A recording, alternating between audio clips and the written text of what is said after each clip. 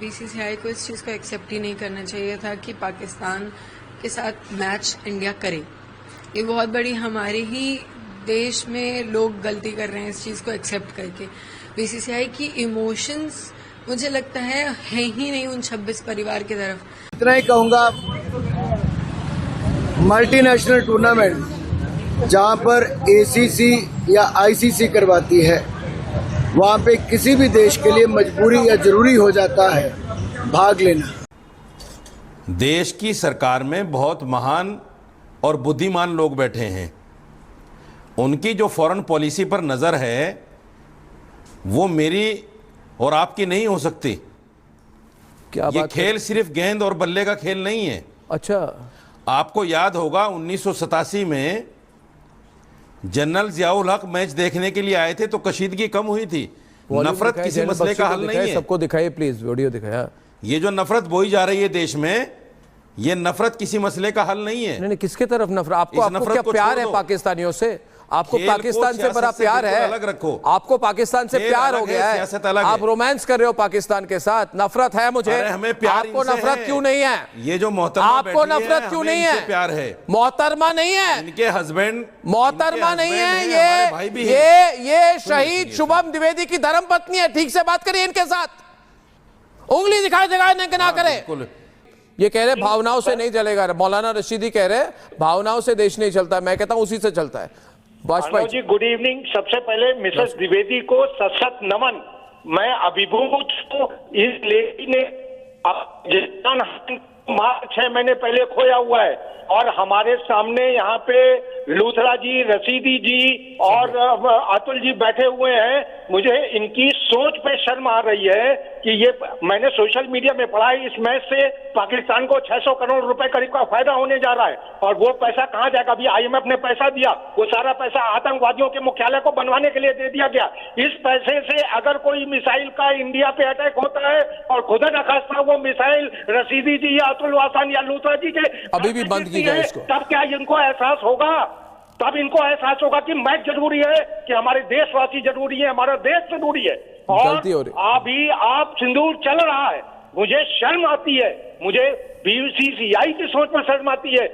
मैं तो इस वक्त भी ये चाहता हूं कि जो इंडियन क्रिकेटर्स हैं, जैसे सीनियर लीजेंडरी क्रिकेट से नाम वापस लिया था, वापस लेना चाहिए। और अर्णव जी, आपको भी मैं सैल्यूट करता हूं।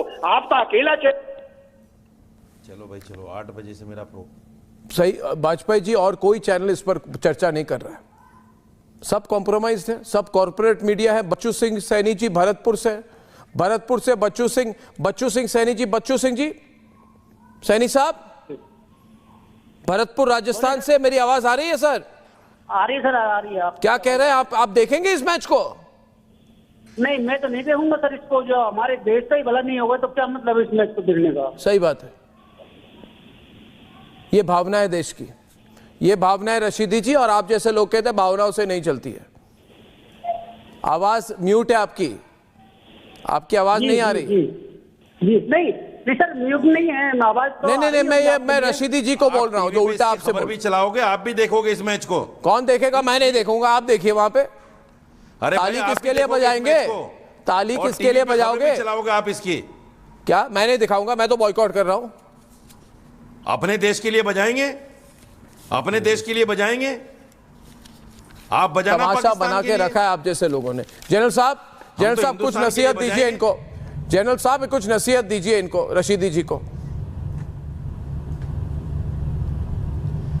आप इनसे वादा ले लीजिए जनरल साहब से भी। अर्नब, आप मुझे कह रहे हैं? हाँ जी, आपको कह रहा हूं जनरल बख्शी साहब। सारे आपके पैनलिस्ट देखेंगे, कोई नहीं देखेगा।